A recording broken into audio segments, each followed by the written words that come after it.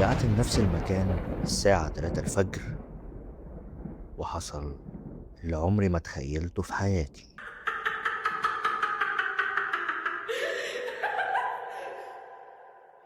أعزائي المستمعين، أهلا بكم. ندخل في الموضوع على طول. من بعد اللي حصل وأنا مش قادر أنام طبيعي. كل يوم الساعة 3 الفجر أسمع صوت عربية بتقف تحت بيتي. الأول حاولت أتجاهل الموضوع ده وأقنع نفسي إن ده وهم، بس الصوت كان واضح جدا، نفس صوت التاكسي. لحد ما في يوم قررت أنزل. الساعة كانت 3 إلا 5، قبل ما توصل 3 ب5 دقايق. واقف في البلكونة مستني، حاسس إن في حاجة هتحصل.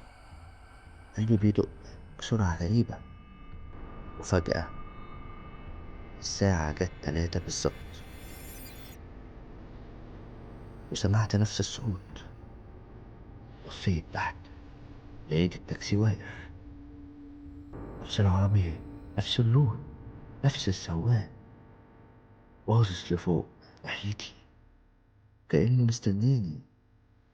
منظر مرعب جدا، أنا لسه بيدور في دماغي لغاية دلوقتي. فضلت واقف دقيقة متردد، بس فضولي كان أقوى. بس هل هعمل كده؟ المهم نزلت.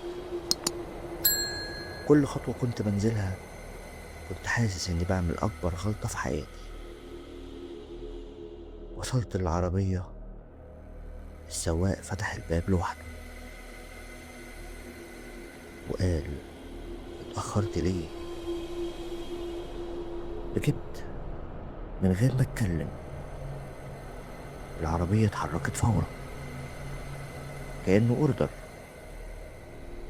نفس الطريق، نفس الضلمة، بس المرة دي كنت مركز اكتر، عارف ان في نهاية ممكن ما تعجبنيش. ولو وصلت لحد هنا ما تنساش تعمل لايك واشتراك للقناة وتفعل زر الجرس كدعم للمحتوى ده. بصيت في المراية، ما لقيتش انعكاسي. انا مش ظاهر، انا مش موجود. بصيت للسواق، لقيته مبتسم وقال: انت كده بدأت تفهم. خلاني بقى عندي اضطراب. بعد شوية وصلنا نفس المكان. نزلت، بس المرة دي ما كنتش لوحدي، كان في ناس واقفة